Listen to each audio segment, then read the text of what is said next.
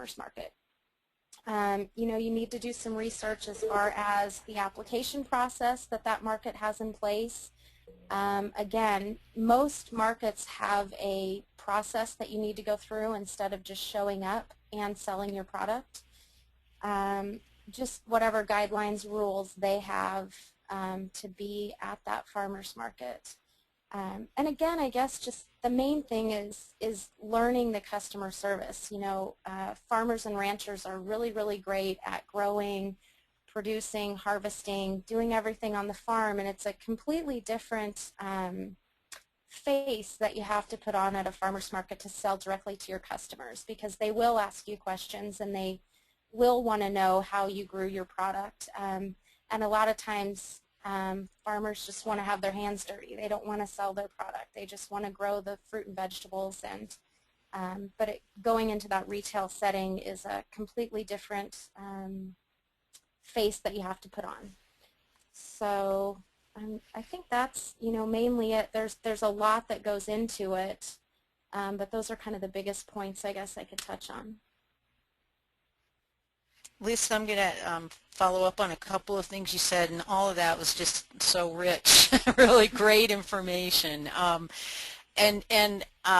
want to talk a little bit about the customer service side of it, because there does seem to be, we talked about this last week, and that they need, you know, you need to make sure you've got the best person selling for you. And yet a lot of farmers markets, of course, you know, you guys definitely ask this at Capital City Public Market. You can't just hire somebody and throw them in there, and you wouldn't want to do that. But how do you, what do you suggest in terms of, let's say a family is trying to figure out, okay, you know, who should go there and who's the person that we should put as the face for our product at a farmer's market?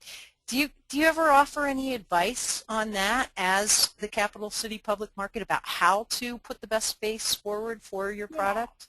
Yeah, I mean, I think it's definitely good to, especially in a family situation, to find the person who has the most strengths, that really wants to do that wants to be the face of that business. You know, we do actually offer vendor workshops every year where we try and talk about merchandising and customer service and things that people can do, just little things to either make your business stand out or make you feel more comfortable there in front of people. Because what is really intimidating about it is that's out there. You know, you're right out there with your product on the table, and it's a very vulnerable space. So I think that one big thing I guess I could give to people is to, you know, try and step back from your booth, step back from your setup, and as a customer look at it and say, gosh, does that look appealing? Does that look the way that if I were a customer I would want to purchase, you know, those tomatoes or those carrots?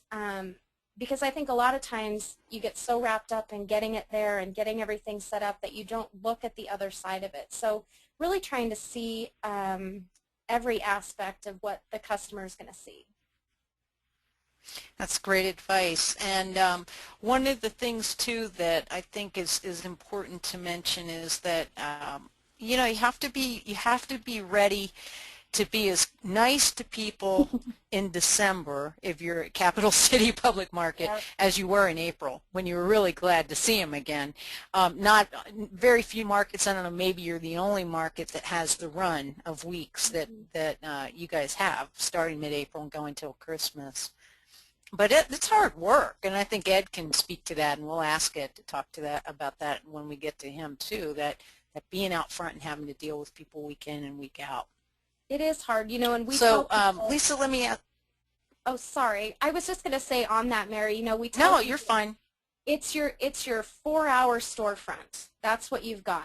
You be crabby on your way to the market, be crabby on your way home or in the fields, but that 4 hours, really try and put on the best face that you have. So I think that's awesome. And last week we had people kind of do some self-profiling, and one of the things that we said is, you know, if you are a person who likes people pretty well, but you're not super gregarious and really extroverted, a farmer's market isn't a bad way to go because it is time limited. It's just a couple hours a week. and unless you're participating in a bunch of them.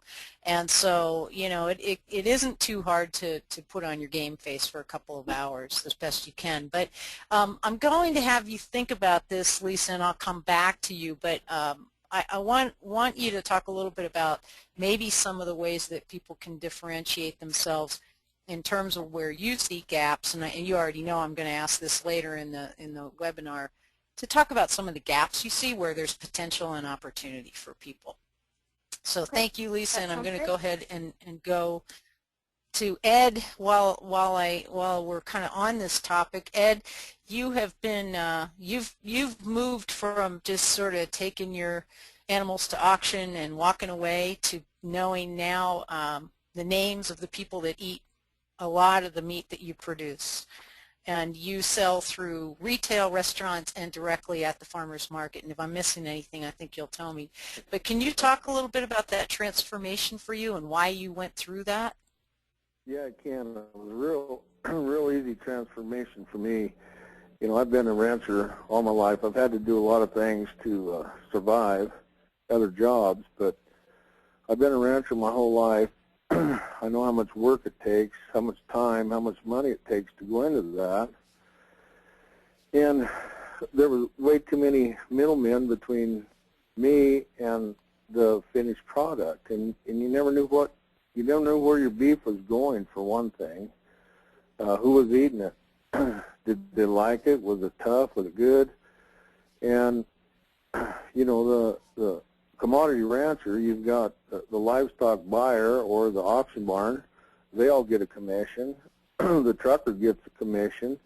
The buyer at the sale yard gets a commission to whatever feedlot he's buying. The feedlot gets their cut. Then it goes to the packer, and the packer gets his cut. And then it ends up in the grocery store. And many times, you know, I tried to figure out, well, I don't want to do this. You know, I don't want to do it anymore. I didn't like the idea of our cattle going to the feedlots. I had a guy talk me into, said, Ed, why don't you ship your cows to the feedlot?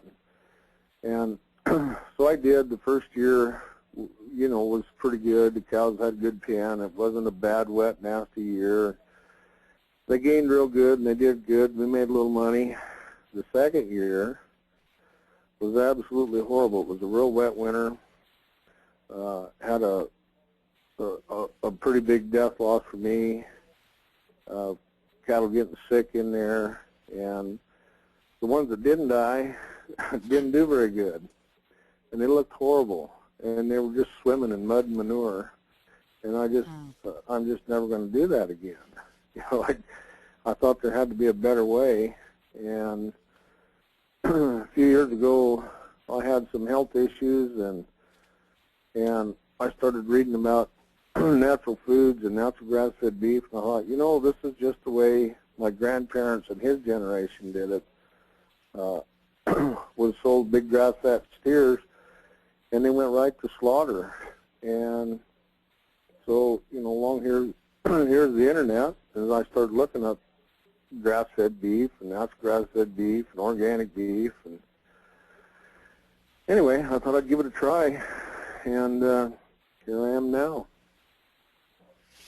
Ed, when did you guys make that transformation? Was that down here in Owyhee County in southern Idaho, or before?